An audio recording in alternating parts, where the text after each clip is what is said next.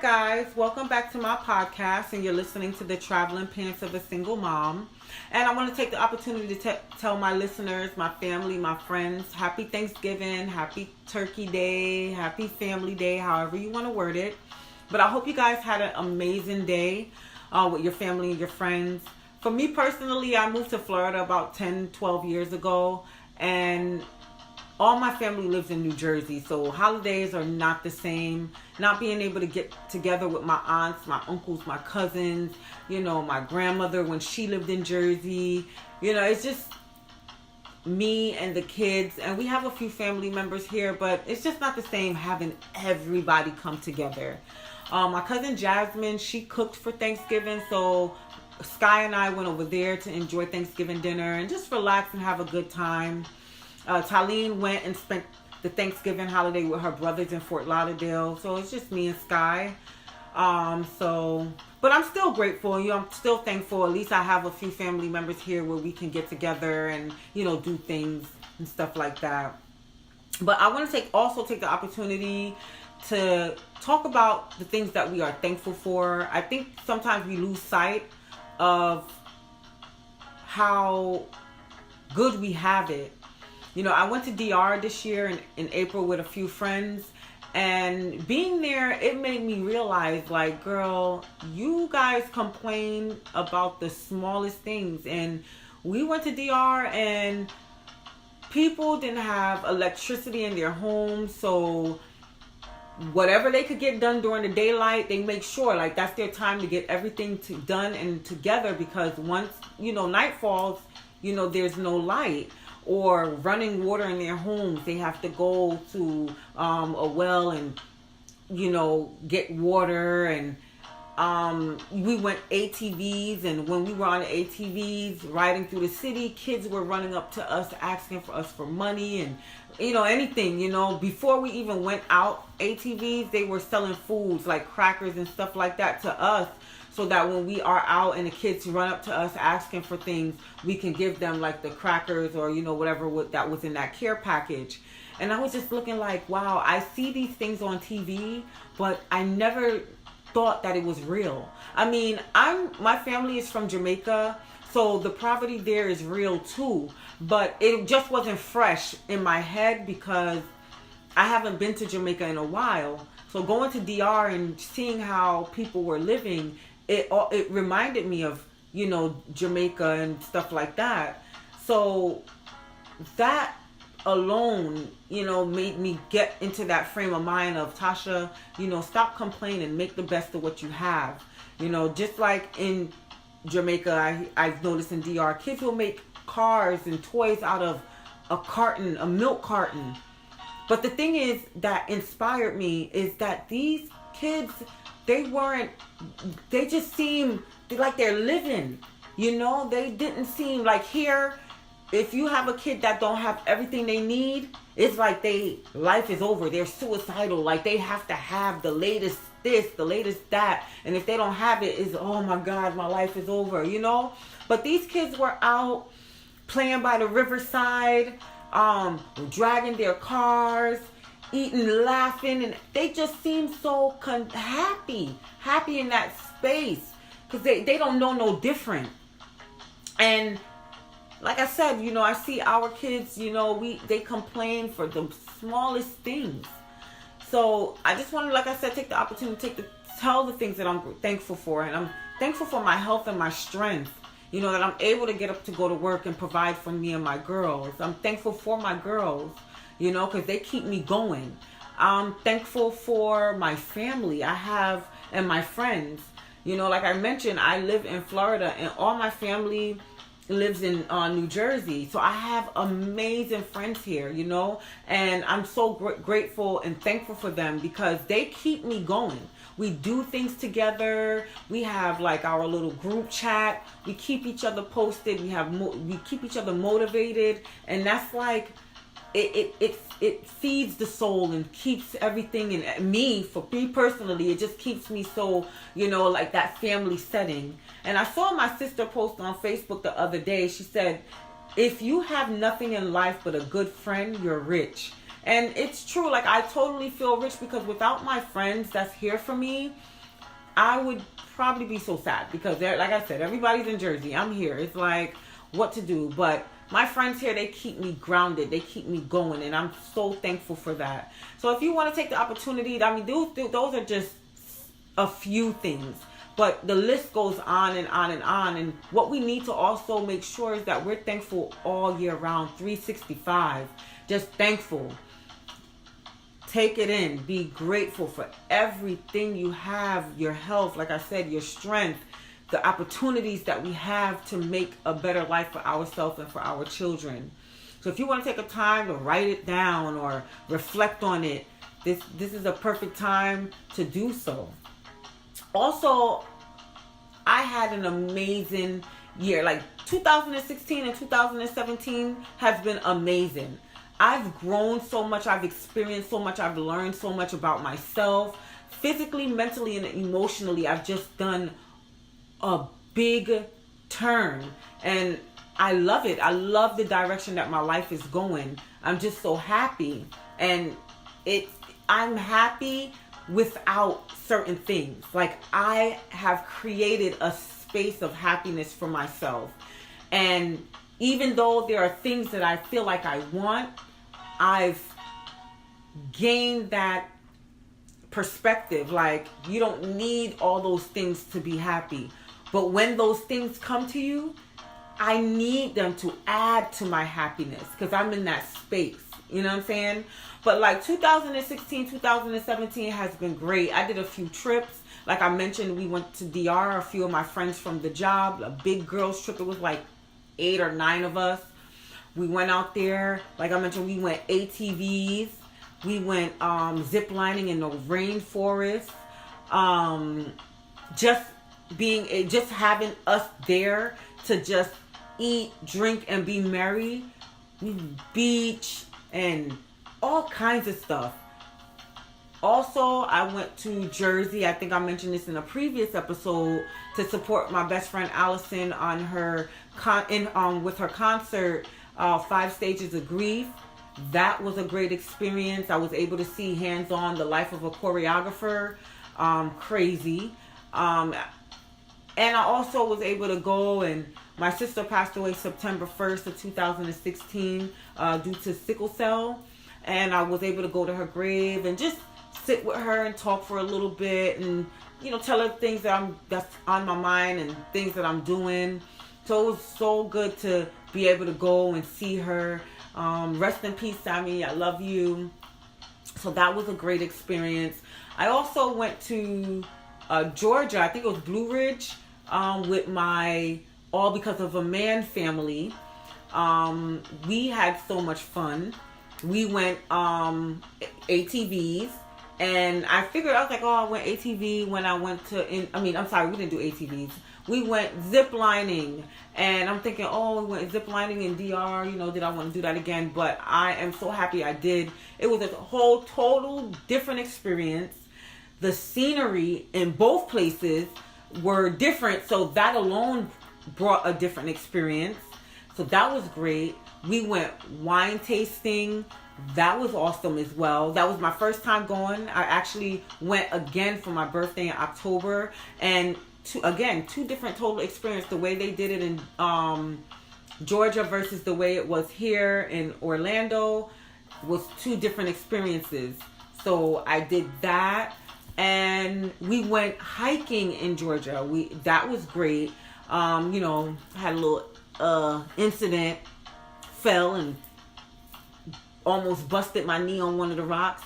And I'm telling the people, like, y'all be careful because there's all these rocks and we don't want no accidents. Meanwhile, 5 minutes later, my ankle twists and my knee is to the rocks. Like, come on, son. I was so upset. But I was a good sport and I kept going. We made it halfway to the top of the waterfall. The hiking was like a waterfall there. And we made it halfway to the top. It was hot and we was tired. So, we didn't go all the way. But we was far enough, and the goal was to go and release things at the top of the waterfall. The negativity, things that you don't want in your life, and just to take in all the positive things that you're looking forward to. So that was, a great experience. We went whitewater rafting. I mean, that, guys, we lost our lives like 100 times. I'm telling you. They had like a little flap for the people, and who told me to sit at the front. But for the two in the front of the boat, James and I, they had like a little flap that you have to put your foot in, so that if the boat twists or whatever, you can't fall out. It's like leverage. By the time we was done whitewater rafting, them flaps was lifted up off the boat, because I'm trying to tell you, we was saving lives on that boat. So that was great. But it was a peaceful moment. It was like a part that the water was deep, and they allowed us to come out the boat. And man, I'm telling you, the scenery, the water was so soothing, and the scene, I can't even explain it, guys. You just have to experience it for yourself. But it was the whole trip was so therapeutic, so relaxing, so encouraging and positive. It just put you in a space of happiness. That was like another great experience. So, I mean, I can go on and on about the great things I experienced in between 2016 and 2017. And I'm just so grateful and thankful for all the opportunities and the experiences that I've had these past few months and year. Like, it's just great. So, guys, I'm telling you, if you could take the time to reflect on the great things that have been happening, don't even focus on the negativity. Just focus on the great things that have been happening, and just feel like, dang, I actually do have a great thing going. I have great things going on in my life. So yeah, guys, if you can do that will be great. So now to get to the meat of my episode this week, a part of the reason why I have the podcast is because I want to learn different things. You know what I mean? And having people come on and they're talking about their experiences and things that they have going on. I listen to my podcast over and over, but I'm taking notes, taking things down that I may have missed, that I want to research and maybe talk about later, or just gain knowledge from. So on the episode More Than Friends, Soul Sister, my friend Allison brought up the Willie Lynch letter, and I've never heard of it. Another friend of mine listened to the episode and was like, well, what she know about the Willie Lynch letter? So I was like, well, shoot, am I supposed to know about the Willie Lynch letter too? Like, what's up with Willie Lynch letter? So I started to do some research, and it was so interesting what I learned, because I've never heard of Willie Lynch. So just to give you a background of who he is, Willie Lynch was a British slave owner in the West Indies. He was invited to Virginia in 1712 to teach his methods to slave owners. The word lynching was derived from his last name. So when I started to dig and see who this Willie Lynch guy was and what he talked about, I was thinking like, wow, a lot of these things that they're talking about, we currently face in our culture. So for example, basically the Willie Lynch letter is to teach slave owners how to create a slave. So he said, for control purposes, you use envy, distrust, and fear. And that is what they use to control the slaves. And or we can say black people. So they use fear. They put fear in our hearts. They use distrust. They wanted us to be distrustful of each other. I can look at my friend to my right and look at them with distrust, and then envy each other. So they pointed out some tactics that they use to create this, and some of the things that they used against us. And when I was reading these things, I was like, man, this is what we're currently facing. These are things that we fight over, or we look at and look down at the next person. And, age, color, the shade of your skin, your intelligence, size, sex. All of those are some of the examples of the things that they use as weapons for us against each other. And I'm looking at this and I'm reading through and listening to different audios of the Willie Lynch letter, and I'm saying, wow, that's crazy. Because a lot of these things is what's holding us back as a culture. Yeah, it's so sad because we have not broken away from these things as a culture. A lot of these things is what we see today. We don't trust each other. We envy each other. You know, they put fear in our hearts. We walk around with fear. You know, with all these killings of our men. I hear a lot of people saying, "Oh, I don't put my registration in my glove box no more. I put that joint on the top of the dashboard, so if I just so happen to get pulled over, I don't have to reach for nothing." You know, that's that fear. After Trayvon Martin got killed, people were scared to walk around with hoodies because they were afraid that they can also be a victim. You know? And it's so sad that this is the society that we live in. But to see these things written down, to hear, you know, I listened to a bunch of the audios of the Willie Lynch letter, and to hear these things, I'm like, Jesus, this is so what's going on today. You know what I mean? Like, they use these things against us. And then they said, he said he need, in order to use these tools, he need a black female, a black male, and a black boy. This is how you will control the nigger for at least 300 years. They go in and say they will break them from one form of life to another. They will reduce them from their natural state in nature. Nature provides them with the natural tools that they can use to take care of their families. And he said, if you use these tools for 1 year, the slave will remain distrustful of each other. What is going on in our society? We don't trust each other. We don't support each other. We're not there for each other. It's disgusting. All the other cultures, they are on it. Oriental, Chinese, whatever, they hire, within their family, within their race, everybody supports each other. Everybody's there for each other. We're like one of the only cultures that we down each other, bash each other. And just like I said, I think I said it in one of the podcasts, I can have a tool to help my sister get to the top. But instead of giving her that tool, we would rather sit back and watch them suffer. We don't help each other get to the next level. There's so much envy and hate and pettiness going on. And it's like, no, we are strong as a people, guys. We are strong. We need to come together. But that's why these things were in place, to keep us trapped and hold us down. Because if we came together to our full capacity, it's a wrap. It's a wrap if we came together to the full capacity that we have, that we take over. We can take over. We're so smart. We're strong. It just doesn't make any sense. But we are restricted, and we're allowing them to restrict us.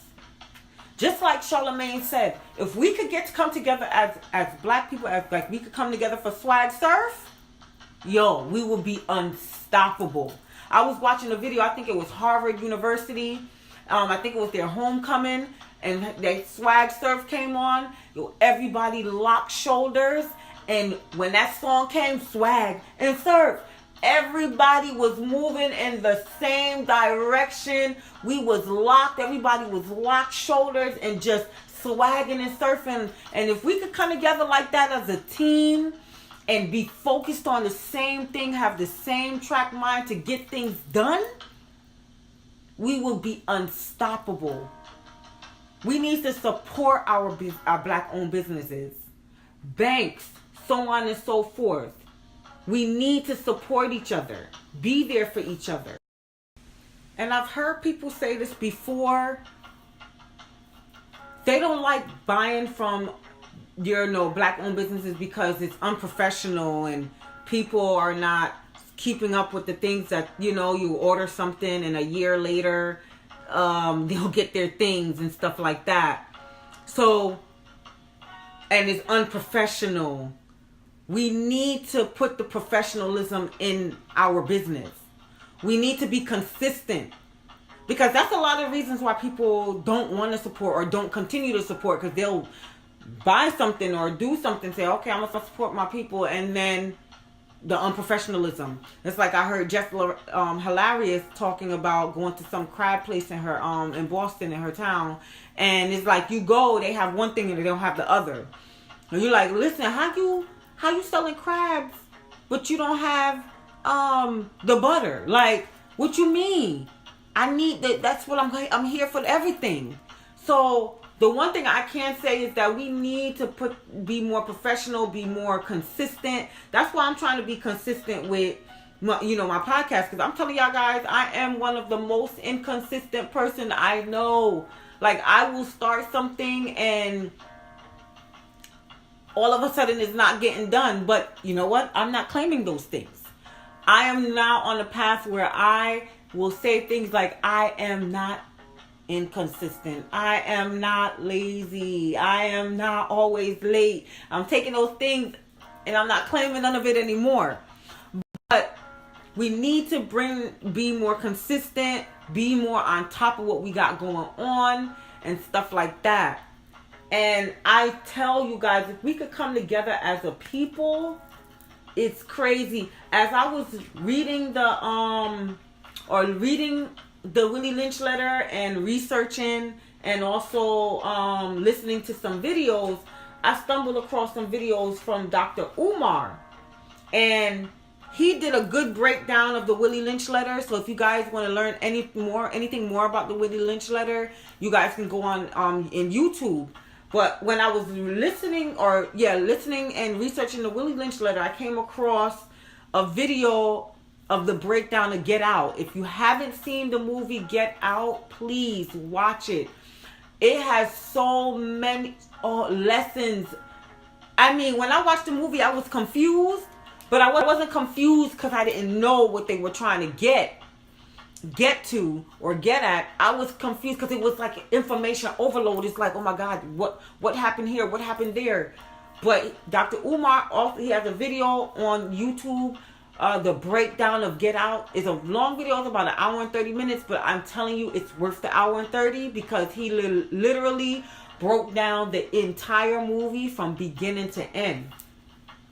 And one thing he had pointed out, he was like, we are gods trapped in a cocoon. The system needs to keep you in a cocoon, because if you become God, they will no longer see a need for you to be a part of the system. They keep knowledge and truth from you so that you stay in the cocoon. Some of the examples of cocoon was Hollywood, secret society, music. Music is a big one. Social media is a big one. And these are the examples of that cocoon. And he said you could never be a god while you're dependent on another man. He also went in to say that what they have done is that they're keeping our bodies and taking our minds. Yo, facts. When he said that, the only thing I can think is facts. And it brought me back to the movie Get Out, because it was like, that's exactly what they were doing. They were keeping our bodies because our bodies are strong. They are resilient. Like, our bodies hold up.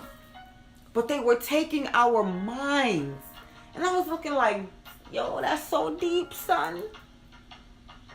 That's what they're doing to us now. They are keeping our bodies, but taking our minds. They fill our minds, our children's minds up with so much foolishness, garbage. It's ridiculous. We need to get it on it as a culture. Because with us not connecting the dots and realizing and understanding what the society is doing to us as a people, we are staying down. They're not allowing us to be gods because they know They know, like, if we did things to our full capacity, we would be unstoppable, as I said previously. We need to wake up. We need to stay woke or something. Because they took them. They took the minds. But our bodies is around here walking around. So if you got an opportunity to listen to the Get Out breakdown, he even broke down the importance of the horse that they hit, that Rose and Chris hit on the way to Rose's parents' house. He said the horse signifies our black men that they are killing on the side of the road. And when the cop came, they cared not about that horse. Or that deer, I'm sorry. The deer that they hit on the side of the road. They cared not about that deer. Whether the deer was dead or alive, it wasn't important. It became important that Chris, who was the passenger, they were asking him for his ID. He wasn't even driving. However, back to the deer. He broke down like the deer signifies our black men. They are killing on the side of the road. They care not about the deer. The wealth, the health, whether the deer is dead or alive, it doesn't even matter. Because that deer is insignificant. I'm telling you, when he broke down the movie, also when he went into when the black guy that was the worker at the house was, I think it was the guy that was chopping the log, and Chris was looking at him like, brother, what is going on? He wanted an explanation, like what's happening. He turned to Chris and said, I'm gonna get back to work and mind my business. Deep. That's all we care about. Let me go ahead and go back to work and mind my business. Our kids are getting killed. Our men are getting killed. But it's about, I'm going to go ahead and mind my business. I'm telling you guys, if you have an opportunity, look it up. Get Out by Dr. Umar. Please. Because, I mean, that explanation changed my life. I was sitting there looking like, wow, all these things that he discussed. It was like, yo, are they serious right now? So, trust me, they be putting things out in the atmospheres just for us to catch on and be woke about it. Because they put these stuff out there for us to see and understand and realize, but we so minds are gone. They took the minds that we not even looking into these things, and they putting it in our face right there. So, like I said, I will stress it again. Take the time out, look into it, because it's very important that we start looking into the stuff that they put out there for us to know, the knowledge that they put out into the atmosphere. So, guys, I'm trying to tell you, Dr. Umar, he got so many videos out there. You gotta check him out. And a friend of mine tagged me saying that he was gonna be in Florida. I think it was today, and I wish I knew in advance so I was able to go and see him speak, because that man is the truth. But going back to supporting our black-owned business, I'm gonna need y'all to check out my sister Jessica. She has her own, she's a fashion designer. She make her custom clothes. So if you're looking for any custom, I know prom is done, but prom time, anything, any type of event, you can hit her up. You can check her out on Instagram. Her name on Instagram is J Lorraine Designs. That's JLORRAINEDESIGNS Designs. So J Lorraine Designs, check her out there. Then my friend Matine, she was also a part of All Because of a Man. She has her own, she's a fashion stylist. So if you're taking pictures or doing anything, wedding, any type of things that you need, so I know some people need help with styling and putting their look together. Mateen does that. Her Instagram page is t.a.m.e. Tame. Check her out on Instagram as well. Also, my best friend Allison, she's starting her own podcast. The name of her podcast is called the FemFeed Podcast, and that's THEFEMFEEDPODCAST.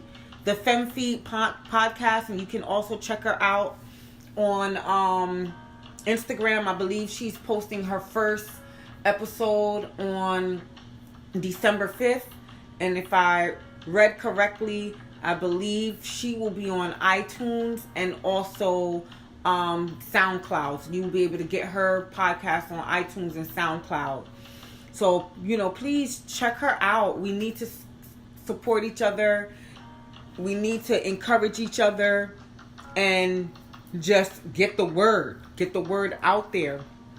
So please, guys. Also, I want to say, if you have any venture, anything that you want to try, do it. This is the season.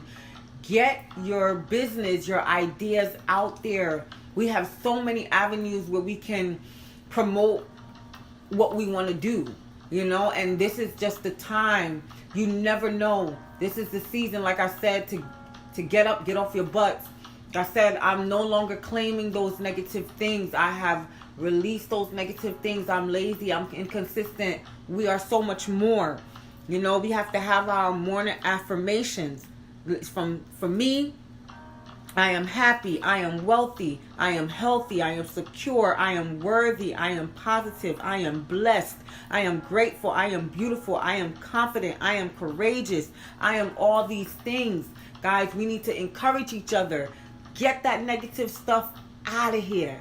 Push it to the side. Like they had got me a few years ago when I said scoop it up and get them negative ideas out of here. You know what I mean? Because we trying to be positive. We trying to start stuff. My brother, he has his he's a barber in Jersey. You know what I'm saying? Like, y'all need to get on it. Let me see if I can find my brother Instagram information. Oh man, I can't. Next time I come on, I gotta come in with Carrie information. He's in the tri-state. I believe he's in East Orange. So yes, I'm gonna get his information. I'm so mad that I forgot to get his information together for this episode, but I will definitely come back on and provide y'all with the information for my brother's barbershop. So stay tuned for that information. But yes, guys, we need to stay encouraged. We need to stay on top of our stuff. You need to stay on top of each other. We need to stay supporting each other.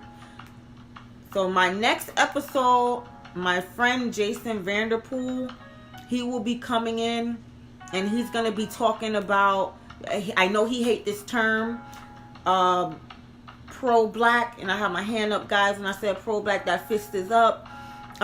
He's very, as I would say, pro-black, but I don't know if he likes that term so much or goes by that term. But he is very in touch with his culture, with our culture, with his race, with the things that's going on in the society.